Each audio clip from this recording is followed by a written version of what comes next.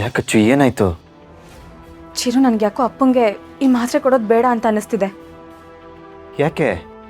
ಚಿರು, ನಾವು ಡೈರೆಕ್ಟಾಗಿ ಹಾಸ್ಪಿಟ್ಲಿಗೆ ಹೋಗೋಣ. ನೀನು ಇವ್ರ ಮಾತು ಕೇಳ್ಕೊಂಡು ನಿನ್ನ ನಿರ್ಧಾರನ ಚೇಂಜ್ ಮಾಡ್ತಿದ್ಯಾ? ಬೇಡ, ರಿಸ್ಕ್ ಎಲ್ಲ ತೊಗೊಳೋದು ಬೇಡ ಚಿರು, ನಾವು ಹಾಸ್ಪಿಟ್ಲಿಗೆ ಹೋಗೋಣ. ನಾನೇನು ನನ್ನ ನಿರ್ಧಾರನ ಬದಲಾಯಿಸ್ತಿಲ್ಲ ಅಚ್ಚು. ಅಪ್ಪಗೆ ಮುಂಚೆನೂ ಇದೇ ಥರ ಆಗಿತ್ತು, ಅವಾಗ ಇದೇ ಟ್ಯಾಬ್ಲೆಟ್ ಕೊಟ್ಟಿದ್ದೆ ಅಂತ ಅದಕ್ಕೆ ಹೇಳ್ತಿದ್ದಾರಲ್ಲ. ಇಲ್ಲ ಚಿರು, ಅಪ್ಪಂಗೆ ಟ್ಯಾಬ್ಲೆಟ್ಸ್ ಕೊಡೋ ಬದಲು ಹಾಸ್ಪಿಟ್ಲಿಗೆ ಕರ್ಕೊಂಡು ಹೋಗೋದೇ ಒಳ್ಳೇದು ಅಂತ ಅನ್ನಿಸ್ತಿದೆ. ಅಂದರೆ ನನ್ನ ಮಾತಲ್ಲಿ ನಂಬಿಕೆ ಇಲ್ಲ ಅಂತ ಇಂಡೈರೆಕ್ಟಾಗಿ ಹೇಳ್ತಿದ್ಯಾ ಅರ್ಚನಾ? ಇದು ನಂಬಿಕೆ ಪ್ರಶ್ನೆ ಅಲ್ಲ, ನಮ್ಮಪ್ಪನ ಆರೋಗ್ಯದ ಪ್ರಶ್ನೆ. ಹಾಗಾದರೆ ಮಾವನ ಆರೋಗ್ಯ ಹಾಳು ಮಾಡಬೇಕು ಅನ್ನೋದು ನನ್ನ ಉದ್ದೇಶನಾ? ನನ್ನಿಂದನೇ ಅವ್ರ ಆರೋಗ್ಯ ಹಾಳಾಗ್ತಿದೆ ಅಂತ ಹೇಳ್ತಿದ್ಯಾ? ಸರಿ ಬಿಡ, ನನ್ನ ಮೇಲೆ ಅಷ್ಟೊಂದು ಡೌಟ್ ಇದ್ದರೆ ಈ ಟ್ಯಾಬ್ಲೆಟ್ನ ಯಾವುದಾದ್ರೂ ಲ್ಯಾಬಿಗೆ ತೊಗೊಂಡೋಗಿ ಟೆಸ್ಟ್ ಮಾಡಿಸು. ಅದಕ್ಕೆ ಪ್ಲೀಸ್ ಬೇಜಾರು ಮಾಡ್ಕೋಬೇಡಿ ಅಚ್ಚು.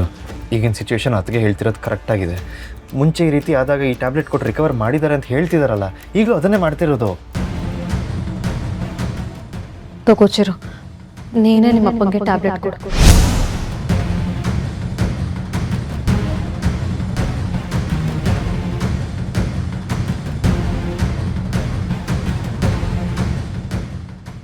ಅಚ್ಚು, ನೀರು ತಗೊಂಬ.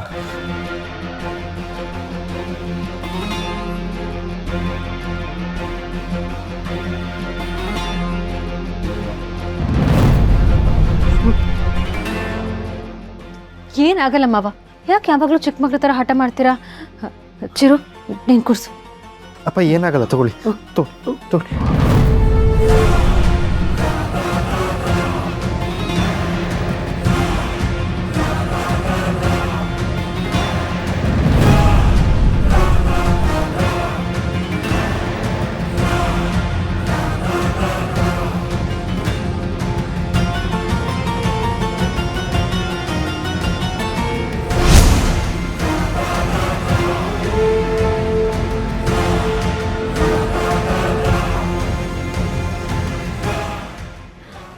ಸ್ವಲ್ಪ ಹೊತ್ತಿದ್ರೆ ಮಾವನಿಗೆ ಆರಾಮಾಗತ್ತೆ.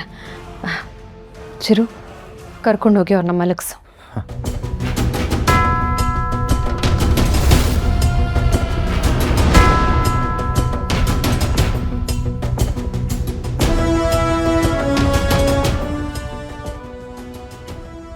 ಅಷ್ಟು ಸುಲಭವಾಗಿ ನನ್ನ ಕಣ್ ತಪ್ಪಿಸಿ ಈ ಮನೆ ಒಳಗೆ ಒಂದು ನೊಣ ಬರೋದು ಇಲ್ಲ, ಹೊರಗೆ ಹೋಗೋದು ಇಲ್ಲ. ಅಂಥದ್ರಲ್ಲಿ ನನ್ನನ್ನೇ ಯಾಮಾರಿಸಿ ಈ ಮನೆಯಿಂದ ಹೊರಗೆ ಹೋಗೋಕ್ಕೆ ಟ್ರೈ ಮಾಡ್ತಿದ್ಯಾ ಮುದ್ಕ? ಇದೇ ಥರ ಆಡ್ತಾ ಇದ್ರೆ ನಿನ್ನ ನಾನೇ ಮುಗಿಸ್ಬೇಕಾಗತ್ತೆ. ಹುಷಾರ್.